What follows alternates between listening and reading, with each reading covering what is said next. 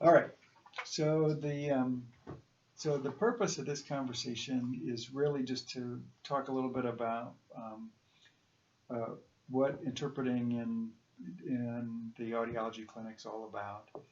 And I say the audiology clinic because the vast majority of the time that we need interpreters is going to be in the audiology clinic. Um, they just don't see people very often that don't speak English in the speech pathology clinic because right now there isn't a bilingual speech pathologist. Oh. So I think in the time that we've been doing this, which is probably about 3 years, there just hasn't been need for, there hasn't yet been a call for an interpreter on the speech language side. So what I want to kind of talk about is that interpreting, I want to assure you that interpreting on the audiology side is both easier than you might think of it being and a little bit more complicated in ways that you might not anticipate. So first of all, the one misconception that you might have is that it's going to be about hearing testing. So we don't actually do that much hearing testing. And that's probably the one part of an interaction that we wouldn't need an interpreter for because you can really, it doesn't take much Spanish or any other language at all to do a hearing test. And even for the word recognition part, if it were in Russian, you could play a Russian word list and score phonetically pretty easily anyway. To what they say sound pretty much like what the target word was.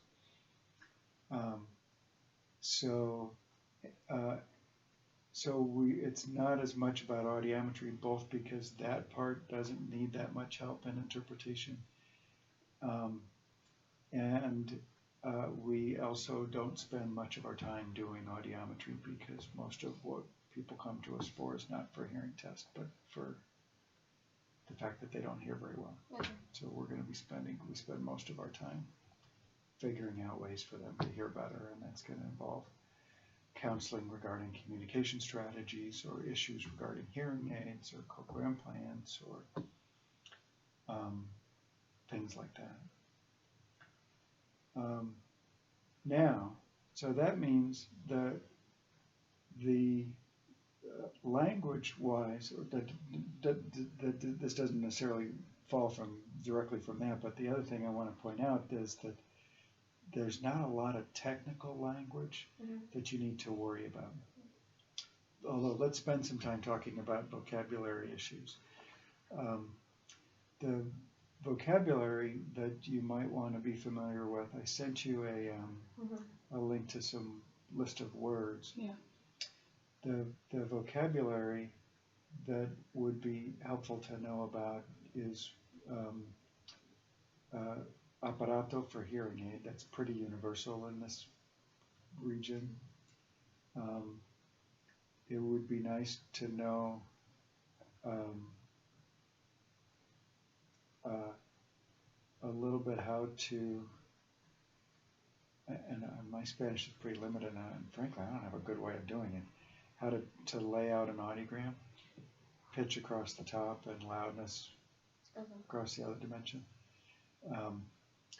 But we don't go into that level of detail about talking about an audiogram that often, but that would be a good thing to have some handle on. But the vocabulary challenges that you're going to run into, the communication challenges that you're going to run into are really the same challenges that we have in English. And those are going to be things like tinnitus. In English, people don't know what that word means, and we struggle with, do you have any sounds in your ears, any ringing in your ears? And trying to get that concept across is, do you have any sounds in your ears that shouldn't be there?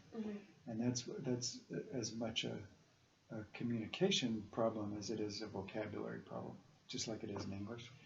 Same thing with regard to dizziness. There's several words for dizziness, including in Spanish. You guys probably know better than I do, but atalanta and vértigo. But I don't get the sense that those are real commonly used. Yeah, I think it's Mareado, That's yeah. very common. Yeah.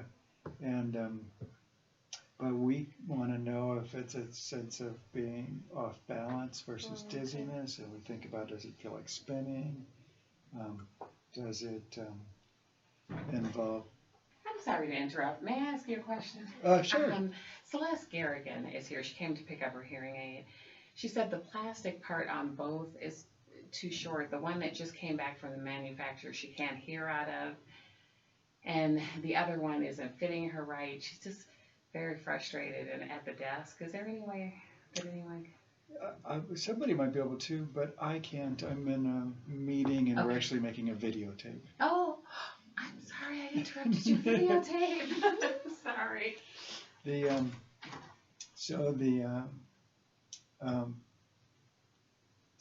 When we let me just kind of talk about the communication challenge that we have around this issue in English. So one, we think about, is the dizziness, is it dizziness or off balance? And how long does it last? And people tend to be vague about that, like not very long, but I don't know if it means not very long, like it'll go away in a week, or not very long, meaning it just a second. Does there any change in your hearing when that happens? Any feeling in your ears when that happens?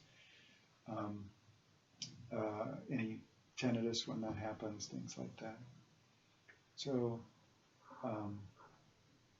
that's an issue. The other communication problem, again, which is a common problem with English, is thinking about a cochlear implant or a hearing aid. People come back and say, I'm having trouble. I'm having trouble with the way it sounds, in whatever form that is. Trying to get information about what the quality is about it that's causing problems. Mm-hmm. So in English, we might say,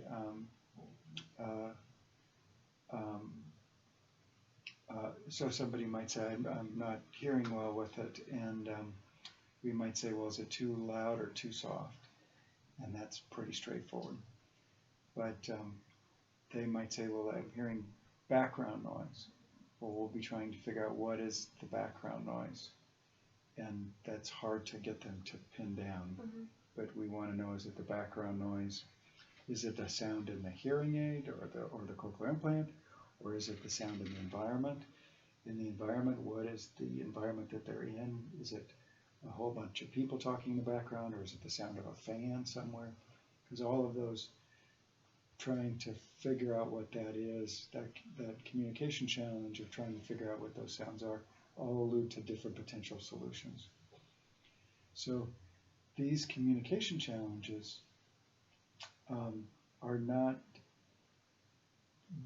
I want to reassure you, they're not with regard to complicated technical vocabulary. Mm-hmm. They're with regard to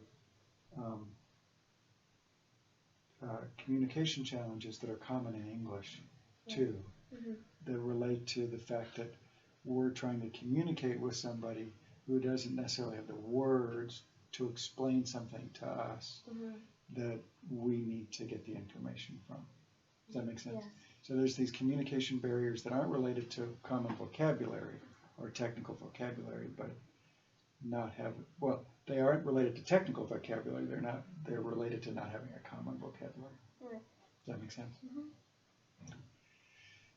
And so I think it would be good to glance at that list, but don't feel like you have to memorize that list. Don't try and memorize that list.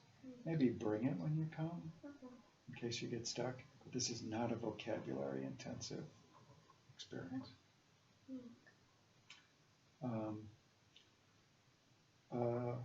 It's also low pressure. It's a pretty relaxed environment, and everybody's real friendly. Like, you interpreted it once, or did you that No, not end up happening? I didn't. Someone else had already responded to the email. Yeah, that's right. Yeah. You'll be in the room with us and be part of the whole interaction.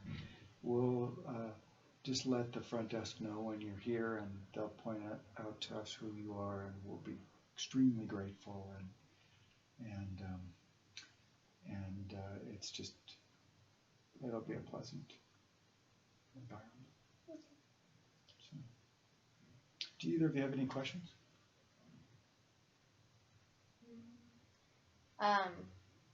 But do we know, like prior, like 4 to 5 days beforehand, or is it sometimes like that same day? Oh, we'll probably try to never make it the same day unless something weird comes up. Right, like someone canceled. Yep. Yeah.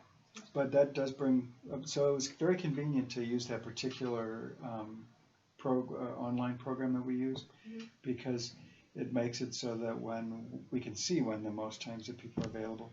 So if we can, like if we need to schedule somebody, maybe we can schedule them during the times when people are available and not when they're not available.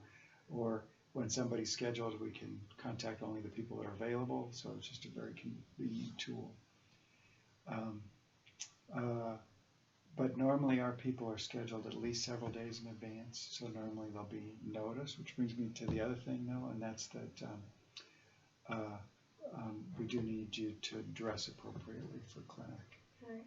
And I'll send you an email with the dress code. Okay. Any other questions? Oh, let me put another context to this too. So, who are the people that we're seeing that speak Spanish? There's two major groups of people that we see that speak Spanish only. One is we see a fair number of people who come to see us actually from Mexico, usually from Hermosillo, because we've for a fair number of years went down and provided services at a school for the deaf down there, and I've just got a number of people that know about us and have come up and told their friends and come up from there. Okay. And the other is we run the Sertoma, Arizona Hearing Aid Bank, which is a program through which people donate hearing aids that we then recondition to fit for people that otherwise wouldn't be able to afford hearing aids. And then so through the Hearing Aid Bank, there's a fair number of people. There's a fair number of people who qualify for the Hearing Aid Bank that don't speak English. Okay. So those are the two groups of people that we end up seeing that speak Spanish. And I'd say actually that a third of the patients that we see only speak Spanish. However, a good portion of those people come with a family member, and therefore we wouldn't necessarily schedule an interpreter. Are your clients mostly like children that we'll be interpreting for, No, or is it for the parents? Although there'll be an occasional kid, it'll be almost always adults. Okay. You know, demographically, only about 2 or 3% of the people with hearing, only about actually less than 2% of people that have hearing loss are children. Okay.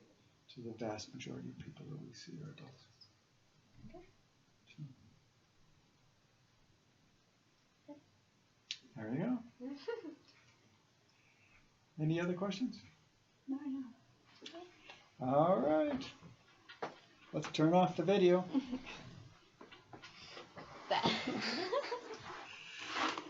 That was really awkward.